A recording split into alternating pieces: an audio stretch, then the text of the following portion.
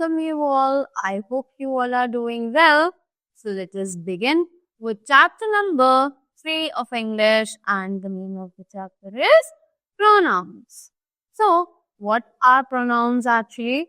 Pronouns are the words जिन्हें हम use करते हैं nouns की जगह पर, right? So for knowing more about the pronouns, let us begin with the chapter and read it. So first of all, they have explained that what is a pronoun. So let us read this. A pronoun is a word that is used in place of a noun or a noun phrase. कि pronoun जो है वो एक ऐसा word है जो कि noun या noun phrase की जगह पर use किया जाता है, right? Examples हैं, Sania Nehwal is a sports person. She plays badminton, right?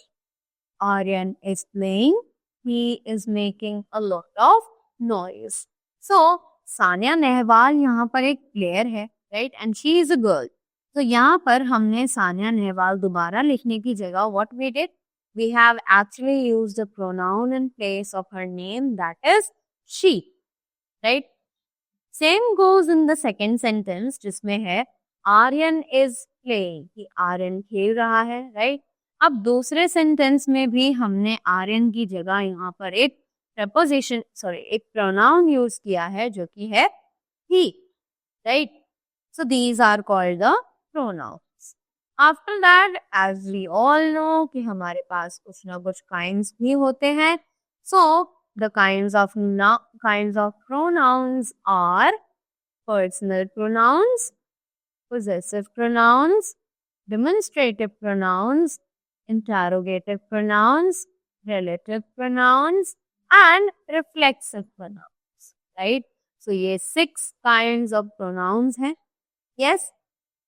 अब read करते हैं. सबसे पहले हमारा जो topic है वो है personal pronouns. अब ये personal pronouns कौन से हैं? Let us read it. A personal pronoun that stands for a person or thing is called a personal pronoun. एक पर्सनल प्रोनाउन जो कि एक पर्सन या थिंग के लिए स्टैंड बाय करता है उसे हम पर्सनल प्रोनाउन के नाम से जानते हैं. Examples, Sonam is new student. Earlier she was studying in Goa, right? Next, I am participating in the quiz competition. Okay, अब उसी के बाद नेक्स्ट आता है A table of reference for personal pronouns is given below. अब एक टेबल है जो कि हमें रेफरेंस के लिए पर्सनल प्रोनाउंस के यहाँ पर नीचे दिया हुआ है. Let us read this. So, personal pronouns में we know three persons होते हैं, right? The first person, the second person and the third person. अब ये first person जब singular में होता है तो इसमें जो subjects हैं वो क्या क्या होते हैं? I, right? And object क्या होते हैं? Me. वही प्लूरल में अगर इसकी बात की जाए तो सब्जेक्ट होगा we और ऑब्जेक्ट होगा us, right?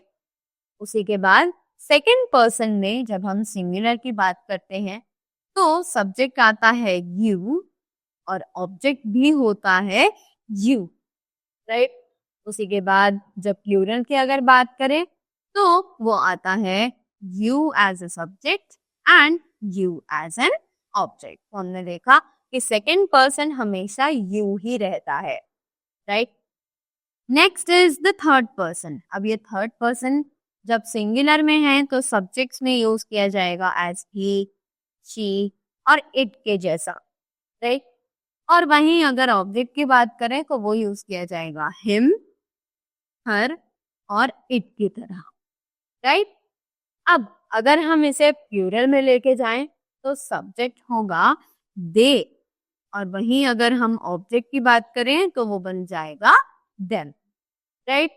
So these were the references of the personal pronoun as the first, second and the third persons, right?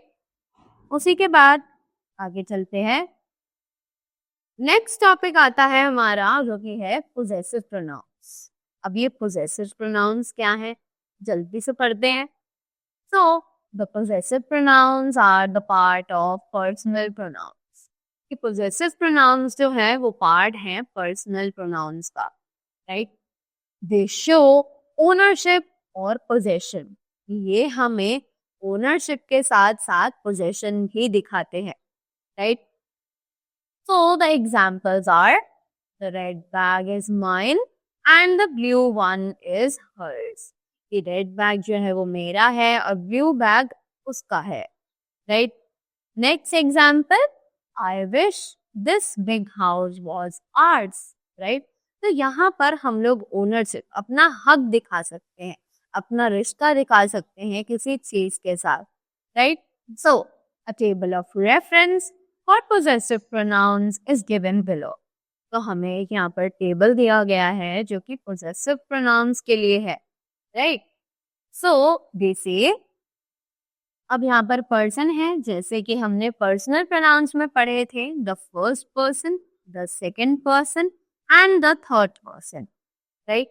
सो अब ये सेम पोजेसिव प्रोनाउंस में भी है, राइट? सो सिंगुलर में जाते ही फर्स्ट पर्सन बन जाता है माइन और प्लूरल में जाते ही फर्स्ट पर्सन बन जाता है आर्स. सेकंड पर्सन सिंगुलर में रह के बनता है योर्स और प्लूरल में रह के बन जाता है जॉर्ज, यानी दोनों में सेम ही रहता है, राइट? थर्ड पर्सन सिंगुलर में बनता है हिज, हर्स और इट, राइट? उसी के बाद जब प्लूरल की अगर हम बात करें तो वो बन जाता है देयर्स और it's, right?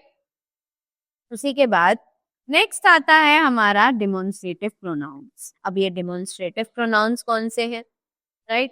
So demonstrative pronouns point out to the nouns replacing them.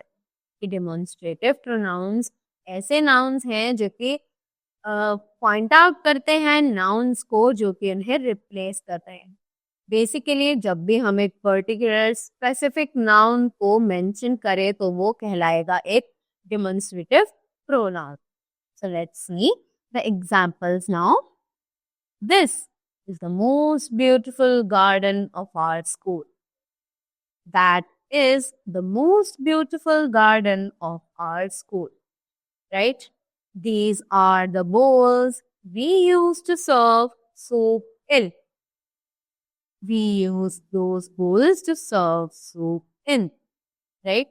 अब उसी के बाद नीचे अगर हम चले तो हमारे पास आते हैं a table for reference of demonstrative pronouns as given below. अब हमने देखा कि this, that, these, those ये सेम ही सेंटेंसेस में यूज किया गया है, राइट? सो अब ये कैसे हमें पता चलेगा कि कहाँ पर हमें this या that यूज करना है या फिर कहाँ पर these और those का यूज करना है, right? So this is singular, plural. अब सिंगुलर की अगर हम बात करें तो अगर सिंगुलर सब्जेक्ट पास है तो हम उसके लिए दिस यूज करेंगे और अगर वहीं वो दूर है तो हम उसके लिए दैट यूज करेंगे, राइट? अब बात आती है प्लूरल की. अगर पास है तो दीज यूज करेंगे और अगर दूर है तो दोज यूज करेंगे, right? So I hope you all are clear till here. Moving ahead to the next part, which is interrogative pronouns. अब ये interrogative pronouns कौन से हैं, जल्दी से पढ़ते हैं. Interrogative pronouns are used to ask questions. कि interrogative pronouns use किए जाते हैं questions को पूछने के लिए. They are generally used at the starting of an interrogative sentence. कि ये हम generally use करते हैं interrogative sentences के starting पे, right? A table of reference for interrogative pronouns is given below. अब एक table of reference interrogative pronouns के लिए हमें नीचे दिया हुआ है, right? So what they are saying, interrogative pronoun, यहाँ पर हमने interrogative pronoun के words लिखे हैं, used to ask questions about. यहाँ हमें इस कॉलम में दिखेगा कि कौन सा वर्ड कौन से ऑब्जेक्ट्स या सब्जेक्ट्स के लिए यूज किया जाता है. वहीं उसी वर्ड को यूज करके कुछ एग्जाम्पल्स है, राइट? उससे पहले एक नॉलेज बाइट है, जल्दी से इसे पढ़ते हैं. So it says, in some cases, interrogative pronouns take on the suffix ever. For example, whatever, whichever, whoever और whomever, right? तो कुछ केसेस में इंटेरोगेटिव प्रोनाउंस जो हैं वो अपने साथ एक सफिक्स ले लेते हैं जो कि है whatever, whichever, whoever, whomever. तो इसमें सफिक्स क्या है? ever, right? So now they say that interrogative pronoun what की बात हो रही है. तो what यूज किया जाता है people या फिर objects के लिए, right? और इसका एग्जाम्पल है what time are we supposed to leave? What are you saying? Right? अब उसी के बाद आगे चलते हैं. नेक्स्ट आता है हमारा which. तो which यूज किया जाता है people या फिर ऑब्जेक्ट्स के लिए.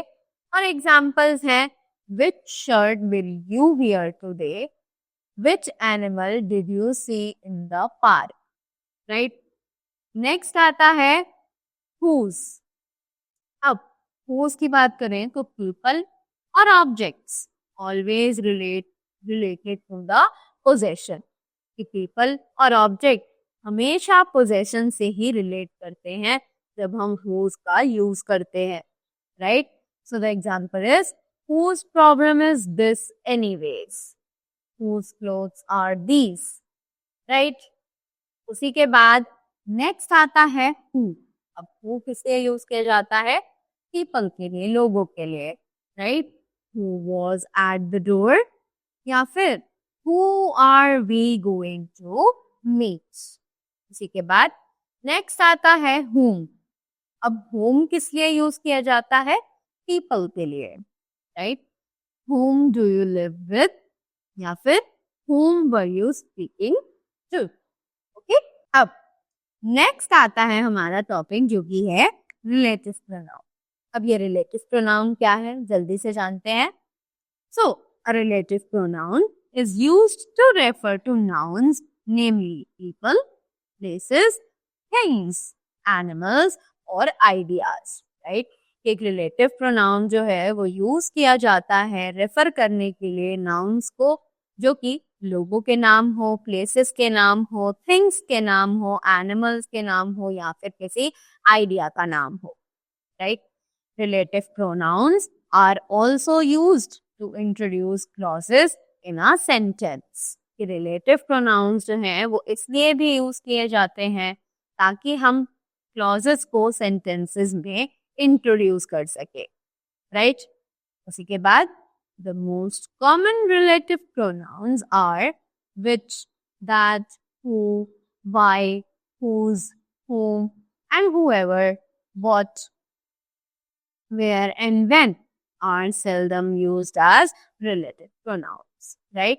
तो ये सब भी हमारे कुछ relative pronouns हैं और जो ये what, where और when है ये कभी कभी हम लोग relative pronouns की तरह भी यूज कर सकते हैं, right? So now next comes examples. अब हमें कुछ examples दिए हुए हैं relative pronoun को यूज करके, तो जल्दी से जानते हैं.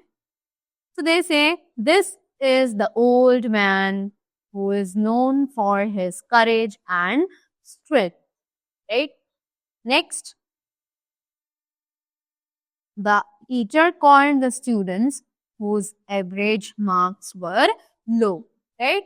तो हमने क्या किया, दो अलग अलग सेंटेंसेस थे जिनको हमने ज्वाइन कर दिया एक रिफ्लेक्सिव प्रोनाउन को यूज करके, right? After that the next topic is reflexive pronouns. अब ये रिफ्लेक्सिव प्रोनाउंस कौन से हैं जल्दी से जानते हैं. So the reflexive pronouns are formed by adding self or selves to personal pronouns and are used as an object in the sentence to refer to a previously mentioned noun or pronoun, right? So reflexive pronouns जो है वो form किए जाते हैं by adding self और selves to personal pronouns ताकि हम self और selves को add कर सकें किसी personal pronoun में and are used as an object, और उन्हें हम ऑब्जेक्ट की तरह यूज कर सके सेंटेंस में to a previously mentioned noun और प्रोनाउन, कि जो नाउन या प्रोनाउन हम पहले यूज कर चुके हैं उसके लिए हम उसे दोबारा यूज कर सके, right? So the examples are the duck splashed itself with cold water, कि डक ने अपने आप को स्प्लैश किया with the cold water, right? Next, we bought a few things for ourselves, right? उसी के बाद they are themselves responsible for their miseries. Next, a table of reference reflexive pronouns is given below. तो यहाँ पर हमें एक reference के लिए एक टेबल दिया हुआ है, जल्दी से इसको पढ़ते हैं. So first person, second person, third person. अब फर्स्ट पर्सन में कौन कौन आता है? I और we. सेकंड पर्सन में you और थर्ड पर्सन में he, she और it, राइट? अब उसी के बाद हम बात करें रिफ्लेक्सिव प्रोनाउंस की, तो सिंगुलर में आते हैं myself, प्लूरल में आता है ourselves. सिंगुलर में बात करें सेकंड पर्सन की तो हो जाता है yourself, और प्लूरल में बात करें तो हो जाता है yourselves. सिंगुलर में बात करें थर्ड पर्सन की तो होता है himself, herself, itself, राइट? वहीं थर्ड पर्सन की बात करें दोबारा प्लूरल में तो वो बन जाता है themselves, right? Again we have a knowledge by here. Let's gain some knowledge. Reflexive pronouns are used when the complement of the verb same as the subject. तो ये बता रहे हैं कि हम रिफ्लेक्सिव प्रोनाउंस का यूज यूजुअली तब करते हैं जब जो कॉम्प्लीमेंट है वर्ब का वो सेम हो बिल्कुल सब्जेक्ट की तरह, राइट? कि उसमें जो सब्जेक्ट है और जो ऑब्जेक्ट है वो दोनों सेम ही हो, राइट? तब हम रिफ्लेक्सिव प्रोनाउंस को यूज करते हैं, right? So that was all about the chapter pronouns. I hope you all are clear with the topic as well as its kinds. So that was all about it. I hope you all got the things really well. Thank you so much and have a great day ahead.